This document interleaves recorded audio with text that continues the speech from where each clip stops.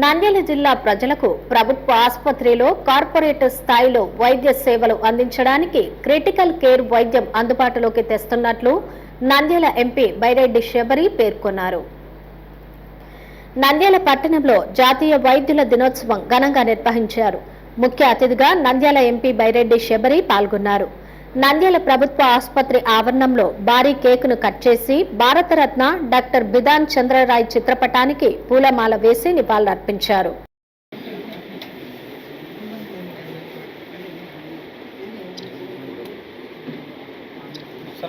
50 లక్షలతో నూతనంగా ఏర్పాటు చేసిన ఆధునిక పరికరాలను ప్రారంభించారు.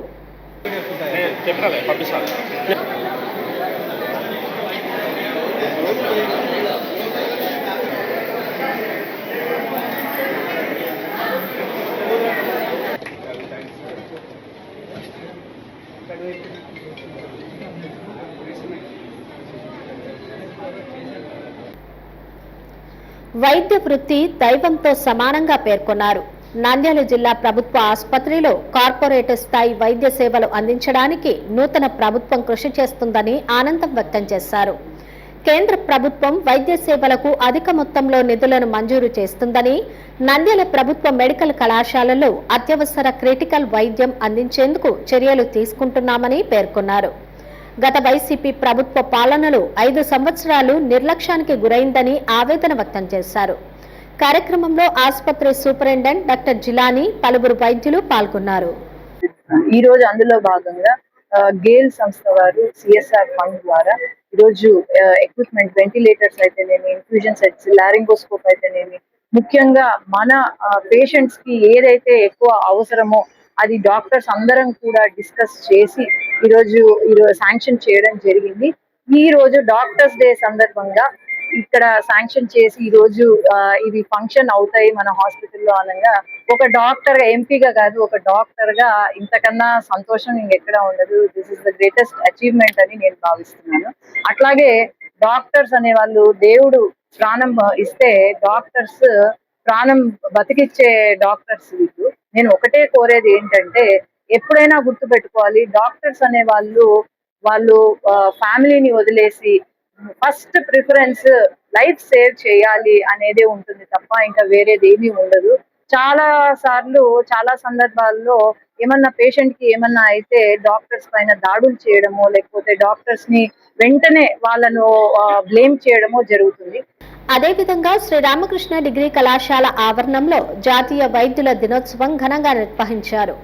కార్యక్రమంలో ముఖ్య అతిథిగా నంద్యాల ప్రాంత వైద్యుడు, నంద్యాల జిల్లా మాజీ ఐఎంఏ ప్రెసిడెంట్ డాక్టర్ మధుసూదన్ రావు పాల్గొన్నారు.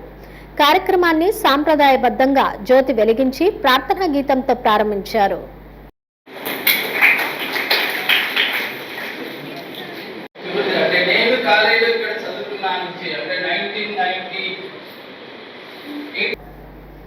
పలువురు మాట్లాడుతూ కరోనా సమయంలో వైద్యులు అందించిన సేవలు మరువరానివని పేర్కొన్నారు.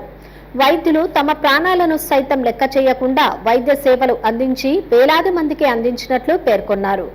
దేవుడు మనకి దేహాన్ని ఇస్తే ఆ దేహాన్ని కాపాడేటువంటి బాధ్యత డాక్టర్ల మీద. ఇప్పుడు అదృష్టవశాత్తు స్పెషలైజేషన్స్ పెరగడం, సైంటిఫిక్గా ఎక్విప్మెంట్స్ కూడా బాగా రావటం, ఇవన్నీ మనకి ఒక ఎక్కువ కాలం బతకడానికి మంచి సూచనగా భావించాలి. అయితే ఆ బతికినటువంటి పీరియడ్ సమాజం కోసం మనం ఎంతవరకు ఉపయోగపడుతున్నాం అనేది ఆలోచించాలి.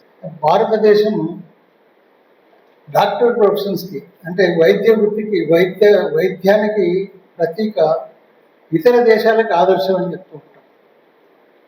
ఇటీవల మనం న్యూస్ చూసే ఉంటారు, లండన్లో ఒక మెడికల్ యూనివర్సిటీలో శుశ్రుడు అన్నటువంటి ఒక డాక్టర్ విగ్రహాన్ని ప్రతిష్ఠించడం, లండన్లో ప్రతిష్ఠించడం అది కూడా.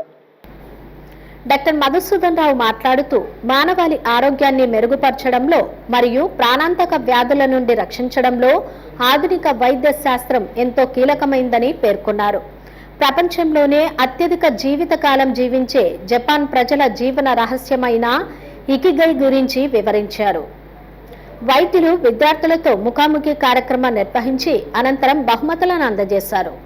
కార్యక్రమంలో విద్యా సంస్థల చైర్మన్ డాక్టర్ జి రామకృష్ణారెడ్డి మరియు వైద్యులు, విద్యార్థులు పాల్గొన్నారు. భారతదేశం స్వాతంత్రం వచ్చినప్పుడు సగటు భారతీయుని యొక్క ఆయుష్ 40 సంవత్సరాలు కూడా ఉండేది కాదు. కానీ ఈరోజు మీరు గూగుల్లో సెర్చ్ చేయండి, 72 సంవత్సరాలు. దానికి ముఖ్యమైన కారణం ఏమిటంటే ఆధునిక వైద్య శాస్త్రం. త్వరగా జబ్బులు కనిపెట్టడం, రోగాలను నిర్ధారించడం, దానికి తగిన చికిత్సలు చేయడం, వాటిని నిర్మూలించడం. సరిగ్గా 2019లో మనకందరికీ కరోనా వైరస్ అనేటువంటి మహా ఉపద్రవం వచ్చింది కదా.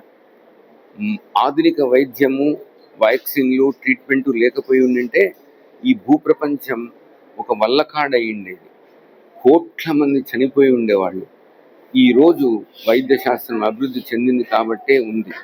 దయచేసి ఈరోజు మీకు ఒక చిన్న విజ్ఞప్తి, వైద్యం కోసం, చికిత్సల కోసం సోషల్ మీడియాను ఆశ్రయించొద్దండి.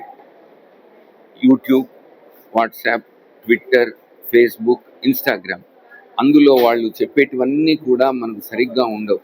మీకు తెలిసిన మంచి డాక్టర్ని మాత్రమే సంధించాలి.